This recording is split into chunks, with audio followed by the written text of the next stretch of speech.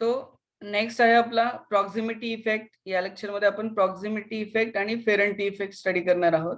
So first of all proximity effect म्हणजे काय, तर तुम्हाला एक डायरेक्टली एक्सप्लेन करून सांगतो व्हाईट बोर्ड वरती. सपोज आपण दोन कंडक्टर कन्सिडर करणार आहे. ठीक आहे. सपोज RYB 3 कंडक्टर असतात ट्रान्समिशन लाईन मध्ये. ठीक आहे. सपोज त्यापैकी आपण कोणते तरी 2 कंडक्टर अझ्युम करूया. सपोज हा एक कंडक्टर आहे आणि हा एक कंडक्टर आहे. ठीक आहे.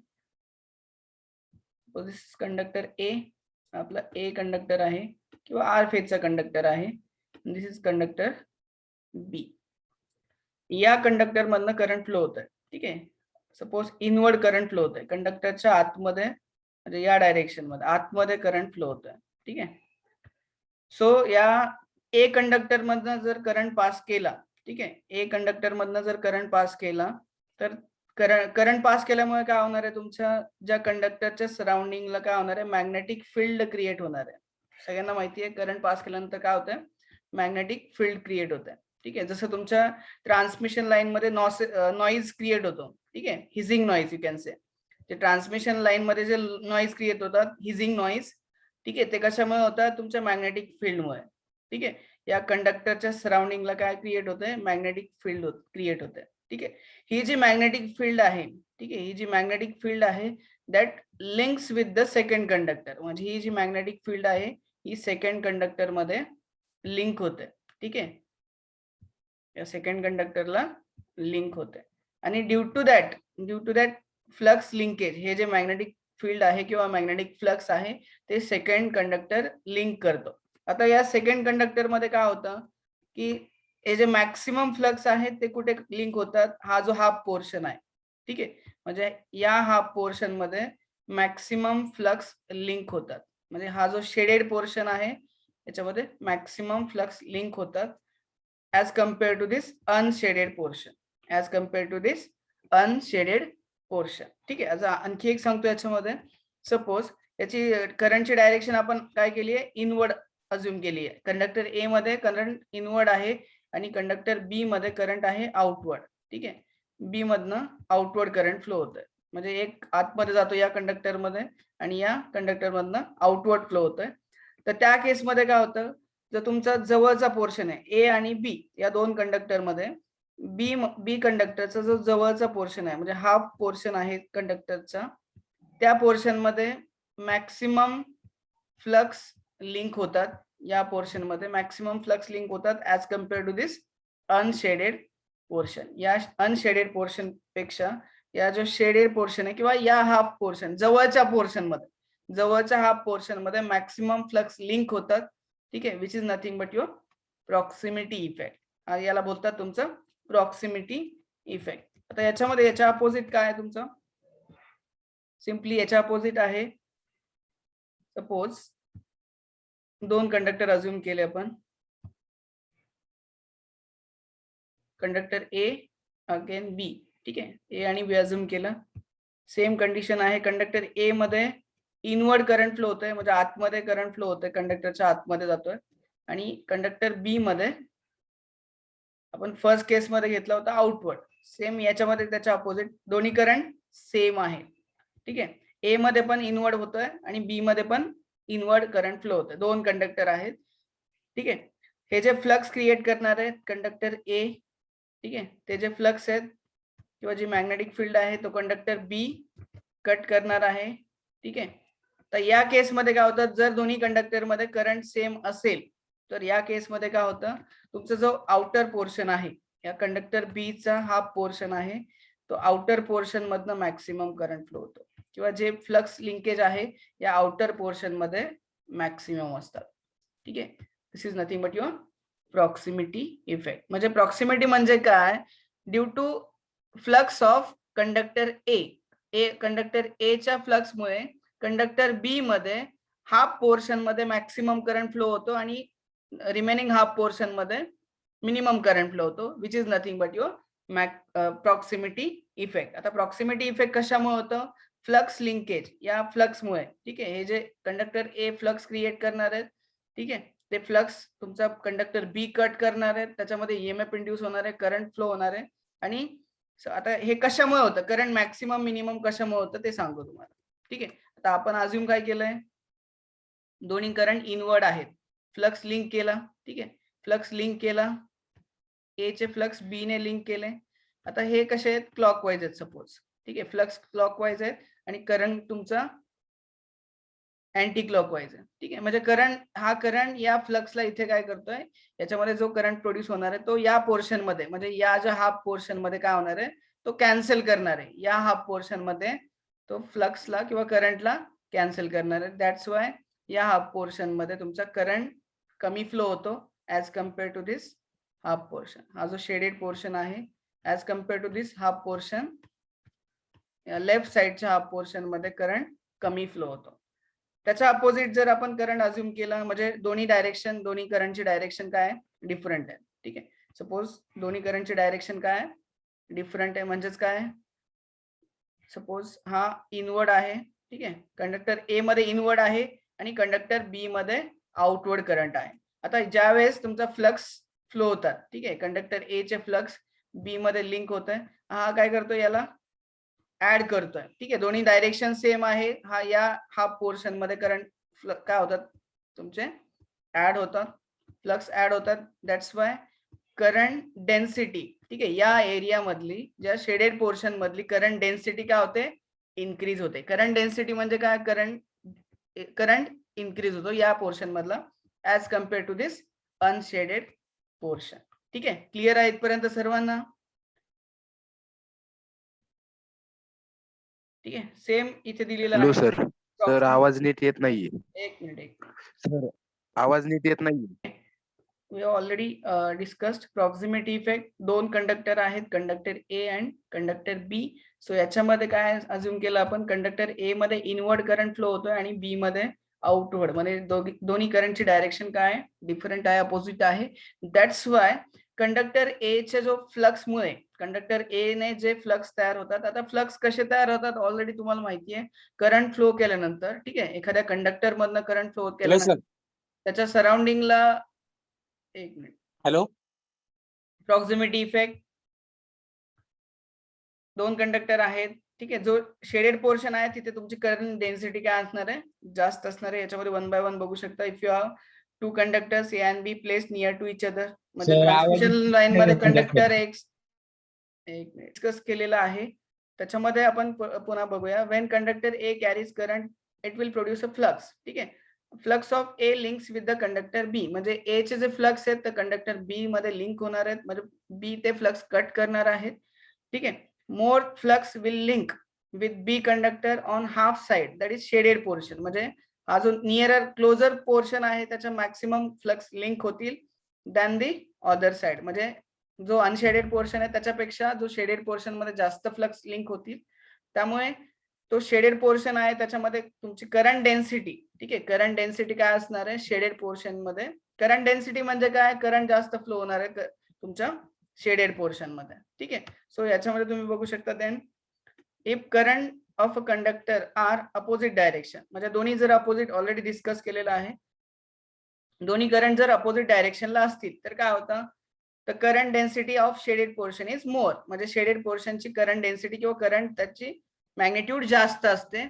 Then if the same direction, दोन्ही करंट सेम डायरेक्शन असेल तर current density in unshaded portion is more, म्हणजे अनशेडेड पोर्शन मध्ये, म्हणजे जे लांब पोर्शन आहे, हा पोर्शन जो दूर आहे कंडक्टर ए पासून, त्याच्यामध्ये करंट डेन्सिटी जास्त असते when your current direction is same.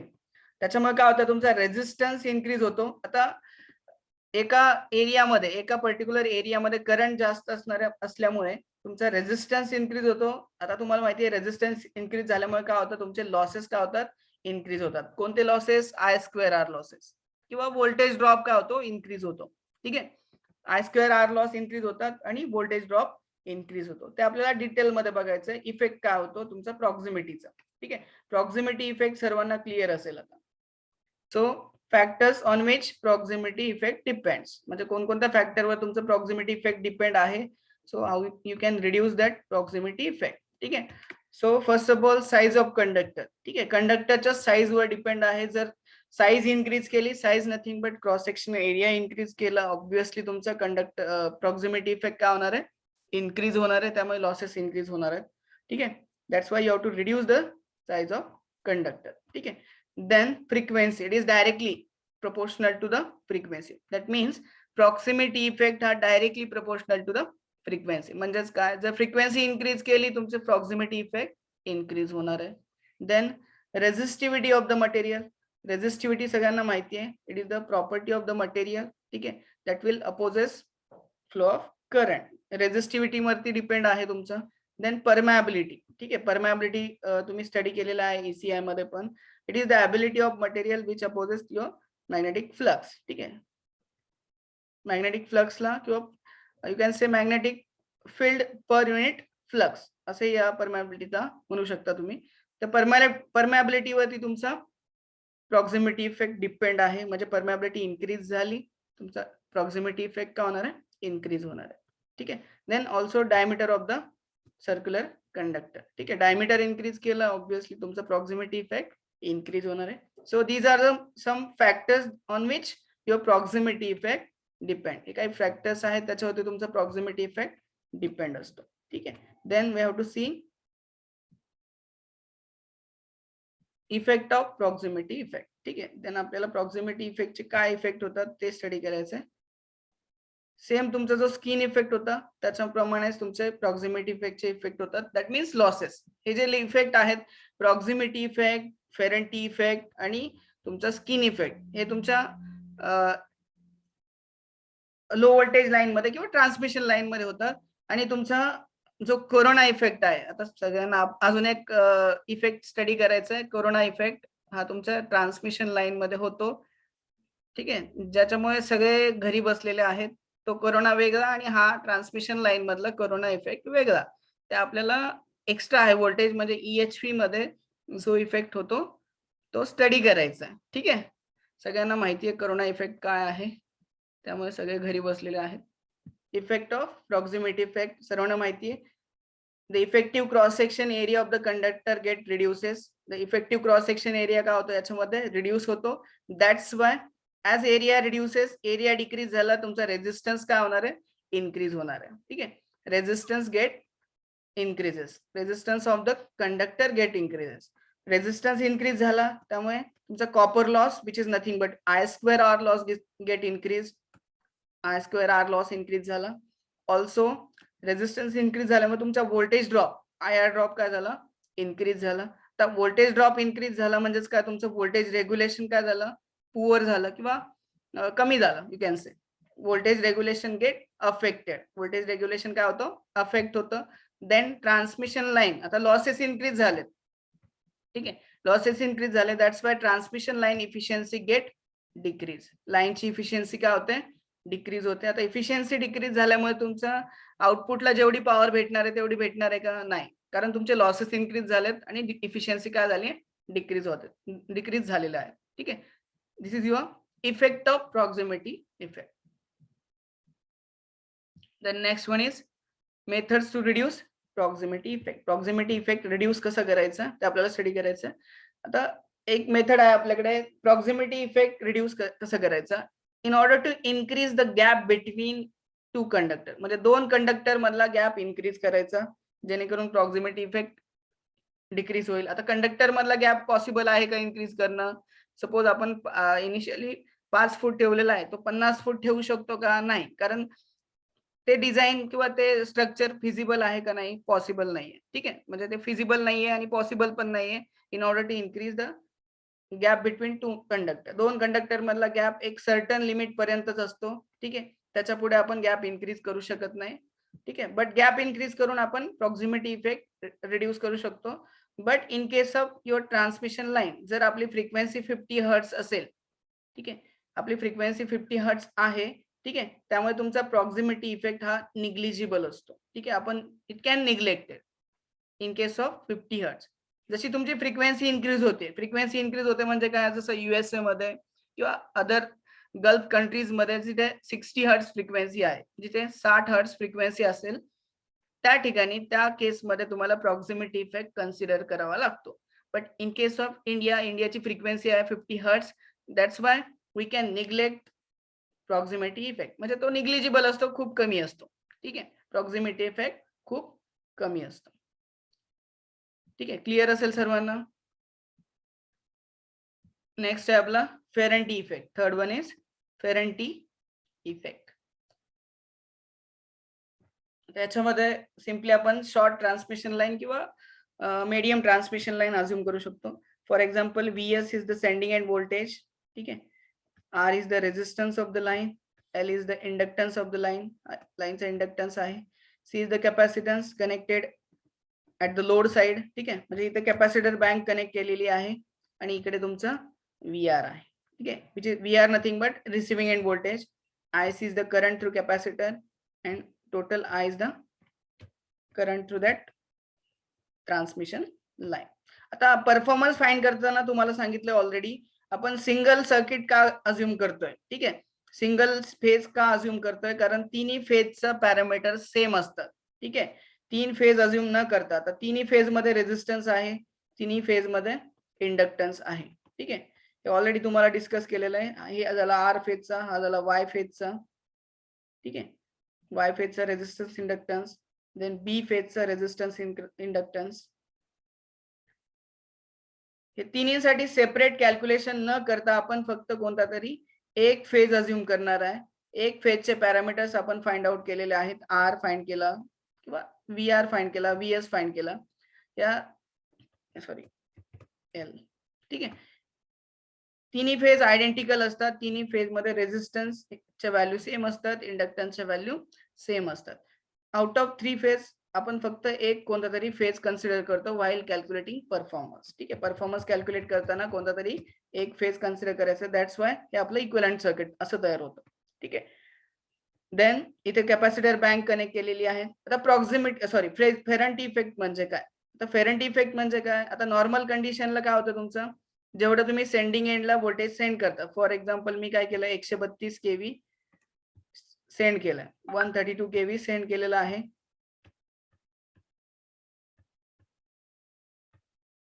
तर रिसिव्हिंग एंडला आपल्याला नॉर्मली 132 kV भेटतं का? नाही, काहीतरी लॉसेस होतात ट्रान्समिशन लाईन मध्ये. सपोज हा कॅपॅसिटर मी काढून टाकला इनिशियली. ठीक आहे, पहिल्यांदा हा कॅपॅसिटर नाहीये सर्किट मध्ये, तर इनिशियली आपल्याला किती भेटेल, काहीतरी लॉसेस होतील. फॉर एक्झाम्पल आपल्याला भेटलं 125 kV. ठीक आहे, 125 kV भेटलं फर्स्ट केस मध्ये. तर या केस मध्ये काय आहे, तुमचा सेंडिंग एंड व्होल्टेज काय आहे, greater than receiving end voltage, म्हणजे VS ग्रेटर दॅन VR आहे. या केस मध्ये sending end voltage is greater than receiving end voltage. का? याच्यामध्ये ट्रान्समिशन लाईन मध्ये लॉसेस होतात. ठीक आहे, ते लॉसेस झाले, that's why your sending end voltage is greater than receiving end voltage. ठीक आहे, आता सेम जर मी कॅपॅसिटर ऍड केला, ठीक आहे, मी व्हाईट बोर्ड वरती दाखवतो.